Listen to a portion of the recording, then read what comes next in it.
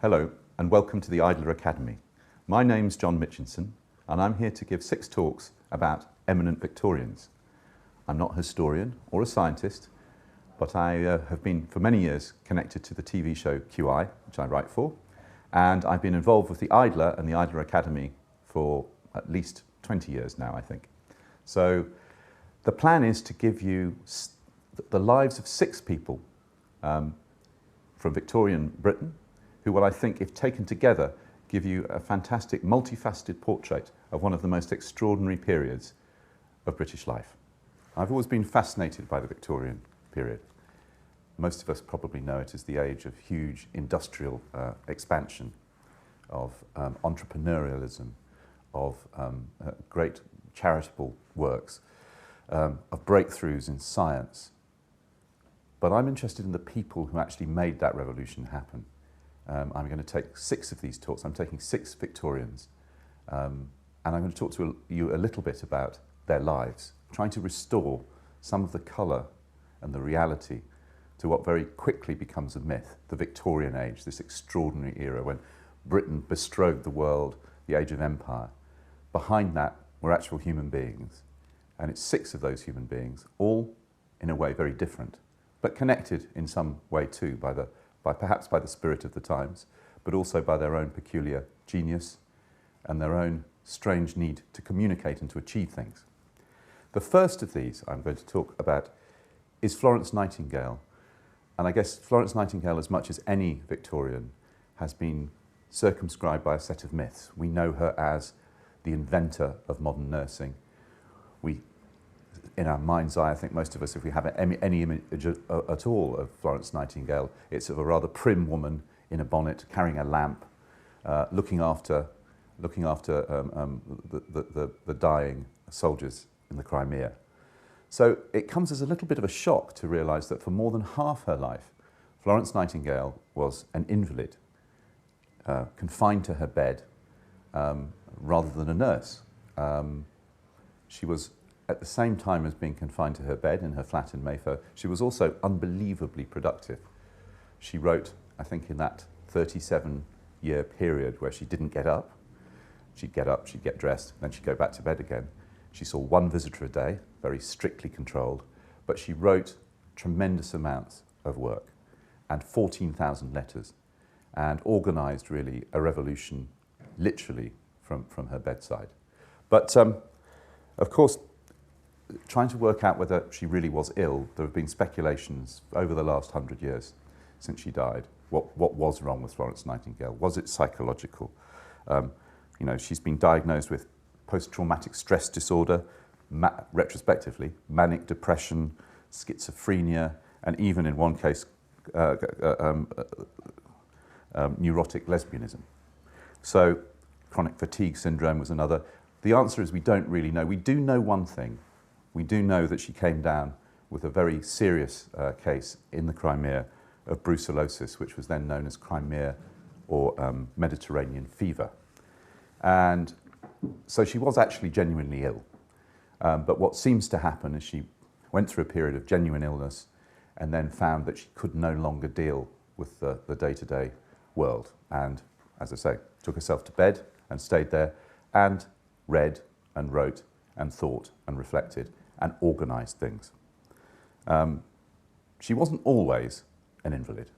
In fact, the prim martinet of popular mythology started her life as an extremely able and attractive woman, rather like a young George Eliot heroine or a character in a Mrs. Gaskell novel.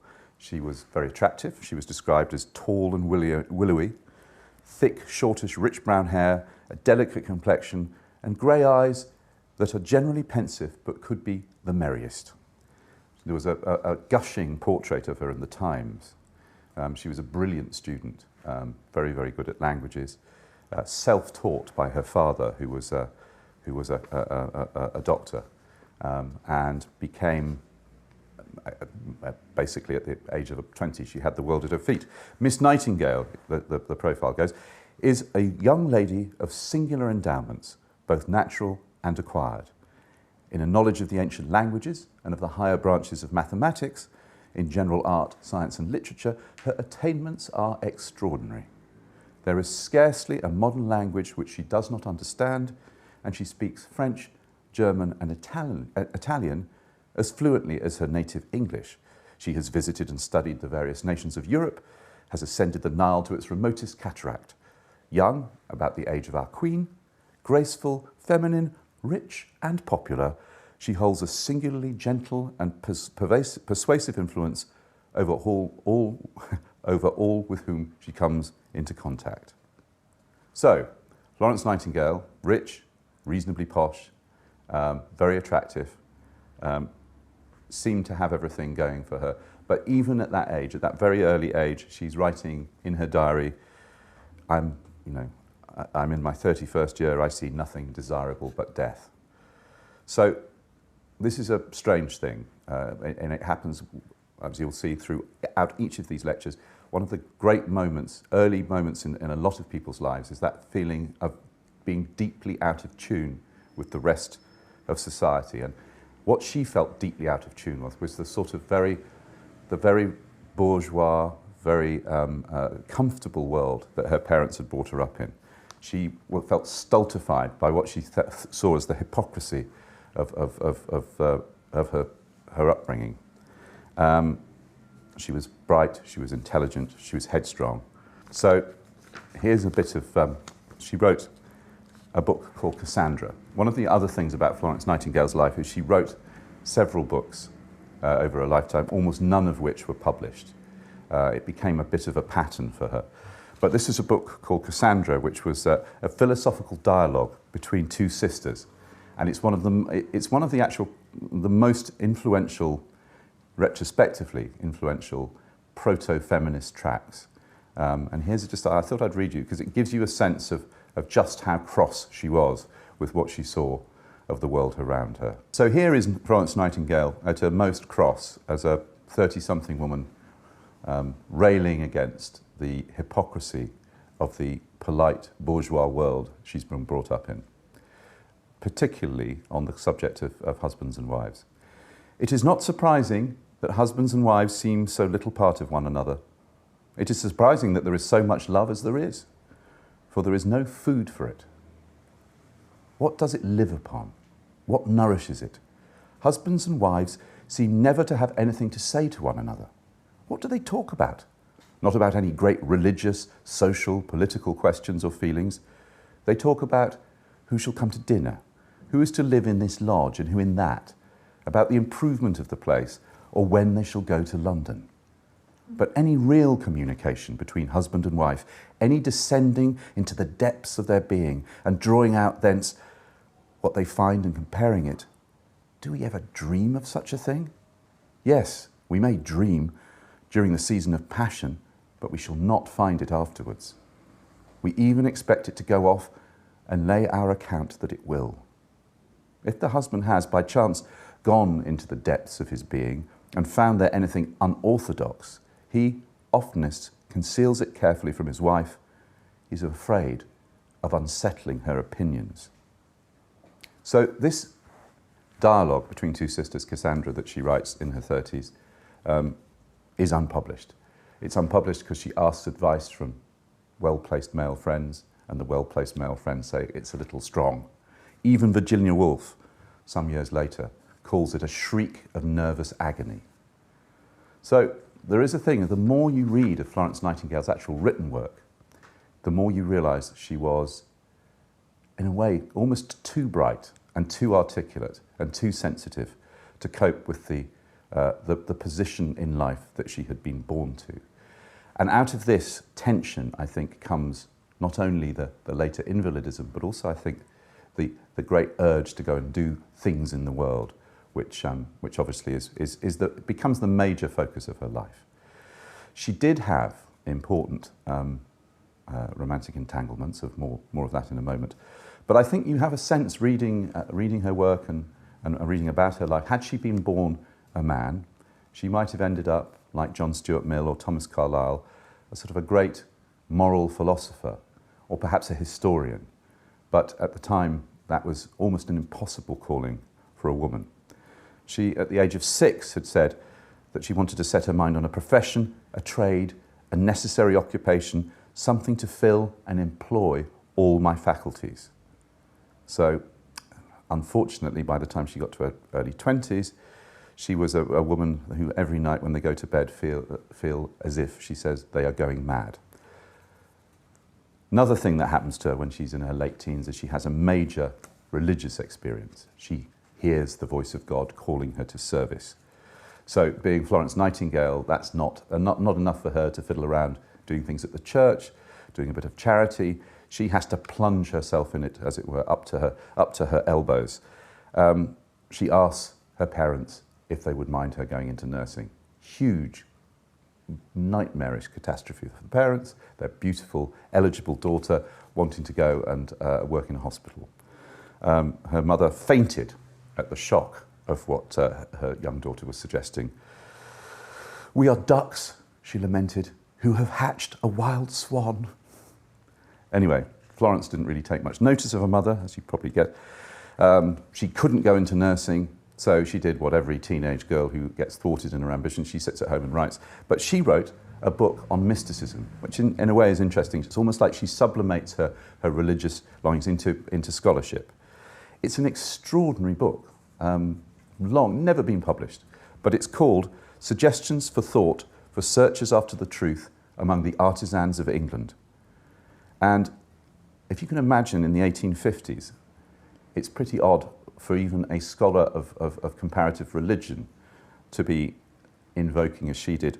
If you want to understand, she said, the spiritual life, you must go to Mohammedanism, to Buddhism, to the East, to the Sufis, to the fakirs, to pantheism, to find the right growth of the religious spirit. Now, that's pretty extraordinary for a 19-year-old girl.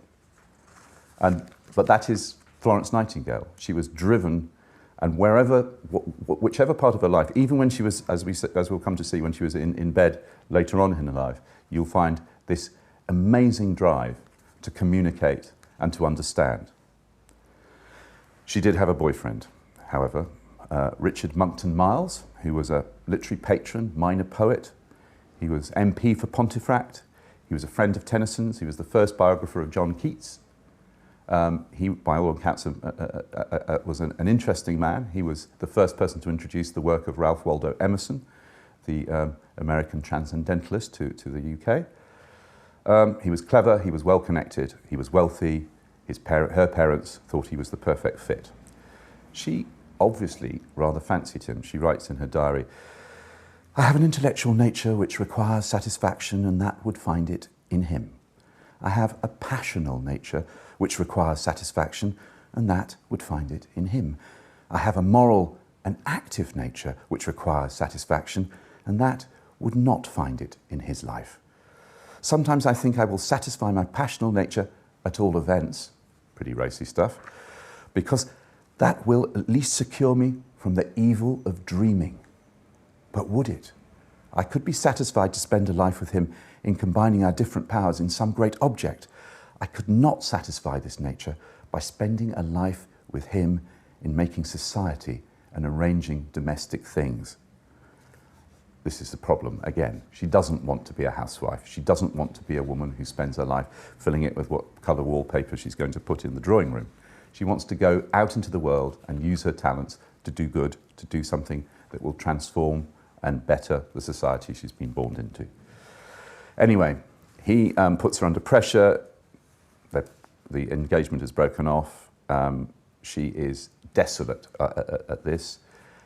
She has what appears to be a breakdown and decides in that sort of state that she's going to take up the offer of friends to go on a trip through Greece and Egypt. So she's 30 in 1850 and she goes abroad and she writes in her diary, "Today I am 30, the age Christ began his mission," yet more, setting her stakes very, very high. "Now, no more childish things, no more love, no more marriage. Now, Lord, let me think only of thy will and what thou willest me to do." So far, sort of so typical, we kind of get the pattern. But boy, you start to read her diary across this year and you realise, I mean, she really is quite an extraordinary human being. I'll give you some of the diary entries. March the 15th. God has delivered me from the greatest offence and the constant murder of all my thoughts. March the 21st. Left the boat wringing our hands. Such a delicious hour in the gardens of Heliopolis, where Plato walked and Moses prayed, undisturbed by my great enemy. June the 7th. But this long moral death, this failure of all attempts to cure, I think I have never been so bad as this last week. June the 12th. To Megara, alas, it matters little where I go, sold as I am to the enemy. Whether in London or Athens, it's all alike to me. June the 17th. After a sleepless night physically and morally ill and broken down, a slave, glad to leave Athens. I have no wish on earth but to sleep. Anyway, this goes on and on. The battle with her great enemy. They look and read these notebooks rather like the tortured spiritual travails of a St. John of the Cross or St. Teresa of Avila, both writers that she'd written about in her book on mysticism. She often refers to God as her husband. But quite what the enemy is and quite what the dreaming that oppresses her is. There have been lots of suggestions, sexual fantasy, possibly even masturbation, but she's obviously deeply struggling with something, and it sounds, feels, and looks very much like sex. She was not, we think, probably entirely innocent of sex. Turns out that Richard Monckton Miles, when he died, left the largest collection of erotic literature ever gathered together in the UK. He had a particular fondness for the works of Dessart. I mean, we can only speculate. But Florence, anyway, was divided and, in her nature. And one can sort of see that the next period of her life becomes some kind of sublimation. She decides, really, that in order to escape from her enemy, her dreaming, that she has to keep her hands and her minds busy. So, what happens is, she ends up going on a nursing course. She's old enough to take her destiny into her own hands. She goes, she learns, she sees completely from day one that there is a huge problem in the way that the sick and the ill are kept, that hospitals are badly run, that they're unhygienic. She's working in Soho in the sick gentlewoman. She was appointed superintendent of the Institution for Sick Gentlewomen in Distressed Circumstances in Harley Street in London. And there's an outbreak of cholera, and she's able then for the first time to demonstrate her unbelievable talent for organisation, administration, unflappability under pressure. She helps the local residents and manages a huge flood of patients. 1853, war in Crimea. Newspaper reports full of British troops suffering. She evacuates to Scutari in Italy as a friend of hers who's the Secretary of State for War, and Florence is asked if she will go to run a troop of nurses out there. She arrives in 1854 with 38 nurses, and she completely reorganises the hospital from top to bottom. The principles now seem to us fairly straightforward for a hospital, but they weren't straightforward at the time. Fresh air, cleanliness, good diet, exercise, looking after the patients, checking up on them, immaculate record keeping. Her nurses were cleanly dressed in uniforms, turned out military precision, and she led from the front. She would walk, the estimate is 4 miles a day. This is the famous story of the lady with the lamp. It wasn't that she was particularly being a doctor, she was just checking, making sure everything was clean, talking to the patients, making sure that her nurses were doing their jobs. So she was always more of a theoretician than, as it were, a swiller out of bedpans. But that's where the legend and the myth comes from. She walked the talk. But less well known is her first 6 months at Scutari were, from the point of view of the survival of patients, a complete and utter disaster. The death rates soared. Even nurses and doctors died and got sick and died. The death rate only began to drop when they managed to overhaul the sewerage system. And Florence didn't quite make that connection until she came back to London and started to go through the statistics. But she came back as a heroine, but she felt a complete and utter fraud. Because what she had seen was everything that she put into practice seemed to have no practical effect on the survival rates. Anyway, she comes back, she writes an immense report, really extraordinary thing, 830 pages long. It's called Notes on Matters Affecting the Health Efficiency and Hospital Administration of the British Army. Even more remarkable is the appendix, what she calls the coxcomb of statistical diagrams. Florence Nightingale, with the help of William Farr, who was the head of the General Registry Office, invented the pie chart. The way that she lays out the information visually, I mean, you can still go and see it. I think there are copies of it online. It was immaculate. And of course, by doing the statistical analysis, the story is even more grotesque than she first assumed. During the first winter of the war, soldiers had been 3 times more likely to die in Scutari in the hospital than they had fighting on the front line of the battle. In fact, going to hospital was almost the most dangerous thing you could do in the Crimean War. Infections caused by poor sanitary conditions killed more soldiers than the ones that were wounded. Scutari, as one historian put it memorably, was more of a death camp than a hospital. So Florence goes into a really, really terrible downspin. She realises the connection finally through the statistics that it was the change in the sewage. It was to do with germs. Again, there wasn't really a theory of germs by this stage. The connection between germs and illness was very much in its infancy. So all the hand-holding and the walking and the lamp was really beside the point. As she said in her diary, the lamp shows only my utter shipwreck. The report she delivers, they decide to repress because of the general effect that they believe it would have had on morale. And that was, frankly, it was too late to save Florence. She had a complete collapse. Brucellosis, which we talked about, the Crimean fever, struck her down. She went to bed and at the age of 37, and she didn't really get up again. She couldn't really face. She felt that everything she had, her whole life had been working towards, this great project, had completely disastrously failed. However, being Florence Nightingale, even in bed and outside, as it were, the world, she couldn't really rest. She couldn't stop. And gradually, slowly, the myth grew, her fame and influence grew. She was insulated, crucially, from her family as well as from and all the other distractions. So she started to fundraise. A public collection in her name raised £45,000, which would be several million pounds today, was used to set up the Nightingale School of Nursing.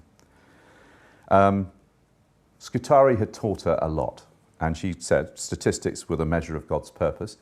She set about writing the manual that is the basis still for pretty much all good nursing practice in the UK and far beyond. Her fresh air and cleanliness gospel she wanted to make that available to everybody. She didn't go out, but she wrote letters to absolutely everybody. Mrs. Gaskell, General Golden of Khartoum, Gladstone, Harriet Beecher Stowe. She had a wonderful correspondence with Benjamin Jowett, the Master of Balliol, which is quite flirtatious. He encouraged her to write, and she did. She wrote another book on the devotional authors, another book on mysticism. She loved to write books about devotional authors. Jowett called her Florence I, Empress of Scavengers, Queen of Nurses, Reverend Mother Superior of the British Army, Governess of the Governor of India. And she responded with, I'm maid of all dirty work, rather, or the Nuisances Removal Act, that's me. As Lytton Strachey would write about her, she remained an invalid, but an invalid of a curious character, an invalid who was too weak to walk downstairs, but who worked far harder than most cabinet ministers. Incredibly, she lived, despite being ill and frail, she lived until she was 90. She became the first woman to receive the Order of Merit. Of the last 2 decades of her life, she'd and the last 2 decades of her life, she seemed to mellow. The arrogance, the intellectual arrogance. You know, when she was young, she was often rude to people because she felt she was much brighter than almost anybody else in a room. She became much more gentle. In fact, she became a classic indulgent old lady. She had cats, about 66 cats, I think was the final tally. She had a pet owl called Athena, which she kept in her room, and she'd and feed. And she recommended. One of the curious things about Florence Nightingale, she's the first person to talk about animals as and the therapeutic value of keeping animals for recovering patients. So she had the owl in a bag, and it would fly around the house at night. But her favourite cats, there's a cat called Quiz, a cat called Muff, a cat called Dr. Pusey, and a cat called Bismarck. And she writes rather wonderfully. She really, she starts to, as I say, she mellows the last part of her life. She becomes rather engaging and very wise. I particularly love this, a letter that she writes to a friend. I learned the lesson of life from a little kitten, one of 2. The old cat comes in and says, "What are you doing here? I want my missus to myself." And the bigger kitten runs away. The little one stands her ground. When the old enemy comes near, kisses his nose and makes the peace. That's the lesson of life. Kiss your enemy's nose while standing your ground. Florence Nightingale was definitely a woman who stood her ground. She once boasted she'd never been swayed by a personal consideration. And I think maybe that's the most useful and interesting part of her whole life. Here is somebody born into privilege who rejects that privilege and turns her life into a not easy but fantastically productive and useful one. It's why she's still remembered. Anyone who goes into a hospital today has reason to give thanks to Florence Nightingale. And one of the things that I discovered through reading her work, which I recommend you do, and some of it is available, there is a good collection of her writings, is she was a very fine writer and a fine thinker. And though over the years her body may have let her down, she was a woman who always knew her own mind. Well, that's the end of the first talk. Florence Nightingale. We're going next to visit a very different world of William Morris, who was the founder of the arts and crafts movement, a great political philosopher, but also a very, very practical man, a man who made his own wallpaper, his own furniture, decorated his house with paintings that he'd done himself. He was a poet.